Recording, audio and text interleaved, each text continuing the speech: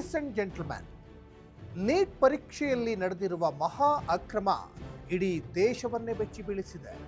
ಲಕ್ಷಾಂತರ ವಿದ್ಯಾರ್ಥಿಗಳ ಭವಿಷ್ಯ ಈಗ ಬೀದಿಗೆ ಬಂದಿದೆ.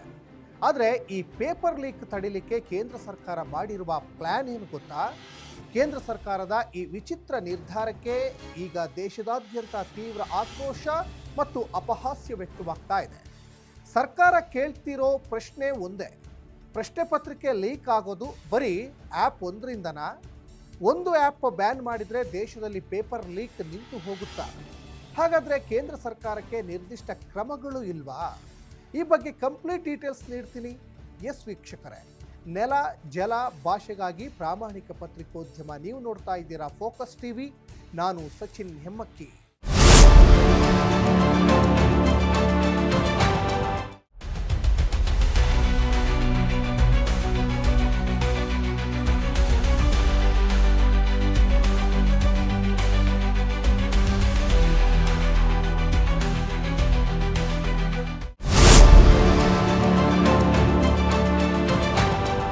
ಎಸ್, ವರ್ಷಗಟ್ಟಲೆ ಕಷ್ಟಪಟ್ಟು ಓದಿ ಉತ್ತಮ ಅಂಕ ನಿರೀಕ್ಷಿಸ್ತಾ ಇದ್ದ ಪ್ರಾಮಾಣಿಕ ವಿದ್ಯಾರ್ಥಿಗಳಿಗೆ ಮೇ 3ರಂದು ನಡೆದಿದ್ದ ರದ್ದತಿ ನಿರ್ಧಾರ ಭಾರಿ ಆಘಾತ ನೀಡಿದೆ.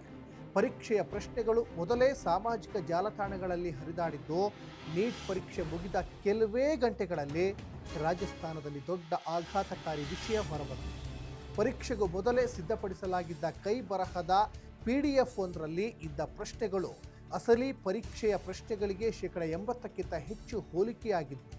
ಹಾಗಾಗಿ ಪರೀಕ್ಷೆಯ ಪಾರದರ್ಶಕತೆಯನ್ನು ಕಾಯ್ದುಕೊಳ್ಳಲು ನ್ಯಾಷನಲ್ ಟೆಸ್ಟಿಂಗ್ ಏಜೆನ್ಸಿ ಮತ್ತು ಕೇಂದ್ರ ಸರ್ಕಾರ ಪರೀಕ್ಷೆಯನ್ನು ಸಂಪೂರ್ಣವಾಗಿ ರದ್ದುಗೊಳಿಸಿ ಮರುಪರೀಕ್ಷೆಗೆ ಆದೇಶಿಸಿ ಇದರ ಸಂಪೂರ್ಣ ತನಿಖೆಯನ್ನು ಈಗ CBIಗೆ ವಹಿಸಲಾಗಿದೆ.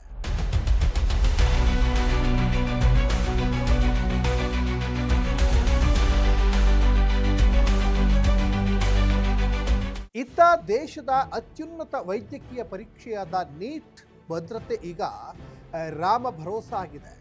ಪರೀಕ್ಷೆ ರದ್ದತಿಯಿಂದ ಕಂಗಾಲಾಗಿರುವ ವಿದ್ಯಾರ್ಥಿಗಳಿಗೆ ಸುರಕ್ಷಿತವಾಗಿ ಪರೀಕ್ಷೆ ನಡೆಸ್ತೀವಿ ಅಂತ ಭರವಸೆ ಕೊಟ್ಟಿದ್ದ ಸರ್ಕಾರ ಈಗ ತನಿಖೆಯ ದಿಕ್ಕನ್ನೇ ಬದಲಿಸಿದೆ. ಜೂನ್ 21ರಂದು ನಿಗದಿಯಾಗಿರುವ ಮರುಪರೀಕ್ಷೆಗೆ ಕೇವಲ ಕೆಲವೇ ದಿನಗಳು ಬಾಕಿ ಉಳಿದಿರೋದ್ರಿಂದ ಪೇಪರ್ ಲೀಕ್ ದಂಧೆಯ ಕಿಂಗ್ ಪಿನ್ಗಳನ್ನು ಹಿಡಿಯುವ ಬದಲಿಗೆ ಟೆಲಿಗ್ರಾಮ್ ಆ್ಯಪ್ ಮುಚ್ಚಿಸಲು ಕೇಂದ್ರ ಮುಂದಾಗಿದೆ.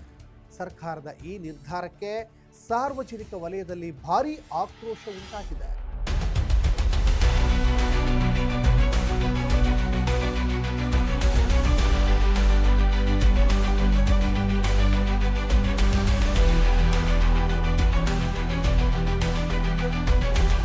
ಹೌದು, ಪ್ರಶ್ನೆ ಪತ್ರಿಕೆ ಮೊದಲು ಸೋರಿಕೆಯಾಗುವುದು ಪರೀಕ್ಷಾ ಮಂಡಳಿಯ ಒಳಗಿನಿಂದ ಅಥವಾ ಪ್ರಿಂಟಿಂಗ್ ಪ್ರೆಸ್ನಿಂದ. ಅಲ್ಲಿಂದ ಫೋಟೋ ಕ್ಲಿಕ್ ಮಾಡಿ ವಾಟ್ಸಪ್ ಅಥವಾ ಇಂಟರ್ನೆಟ್ನ ಯಾವುದೇ ಮೂಲೆಯಲ್ಲಾದರೂ ಹಂಚಿಕೊಳ್ಬೋದು. ಹೀಗಿರುವಾಗ ಬರೀ ಟೆಲಿಗ್ರಾಮ್ ಆ್ಯಪನ್ನು ಗುರಿ ಮಾಡೋದು ಎಷ್ಟು ಸರಿ? ಬೇರೆ ಯಾವ ಆ್ಯಪ್ನಿಂದಲೂ ಪೇಪರ್ ಲೀಕ್ ಆಗಲ್ವಾ ಅನ್ನುವ ಭ್ರಮೆಯಲ್ಲಿ ಕೇಂದ್ರ ಸರ್ಕಾರ ಇದೆ.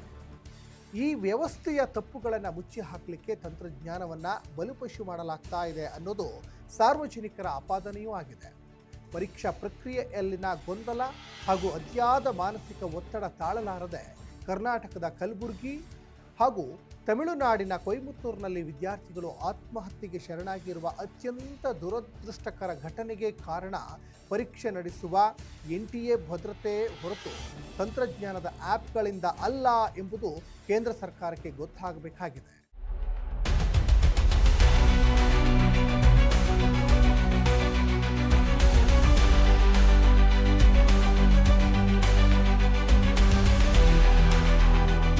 ಎಸ್ ವೀಕ್ಷಕರೇ, ತಪ್ಪಿರೋದು ವ್ಯವಸ್ಥೆಯಲ್ಲಿ ಮತ್ತು ಪರೀಕ್ಷೆ ನಡೆಸುವ NTA ಭದ್ರತೆಯಲ್ಲಿ.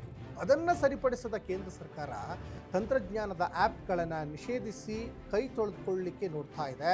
ಇಂತಹ ನಿರ್ಧಾರಗಳು ಪೇಪರ್ ಲೀಕ್ ದಂಧೆಗೆ ಬ್ರೇಕ್ ಹಾಕಲ್ಲ, ಬದಲಿಗೆ ಸರ್ಕಾರದ ಬೇಜವಾಬ್ದಾರಿತನಕ್ಕೆ ಕಾರಣವಾಗುತ್ತೆ. ಇನ್ನಾದರೂ ಸರ್ಕಾರ ಎಚ್ಚೆತ್ತುಕೊಂಡು ಮೂಲ ಸಮಸ್ಯೆಗೆ ಪರಿಹಾರ ಮಾಡುತ್ತಾ ಕಾದು ನೋಡಬೇಕಾಗಿದೆ. ಇದು ಈ ಕ್ಷಣದ ಪೊಲಿಟಿಕಲ್ ಅಪ್ಡೇಟ್.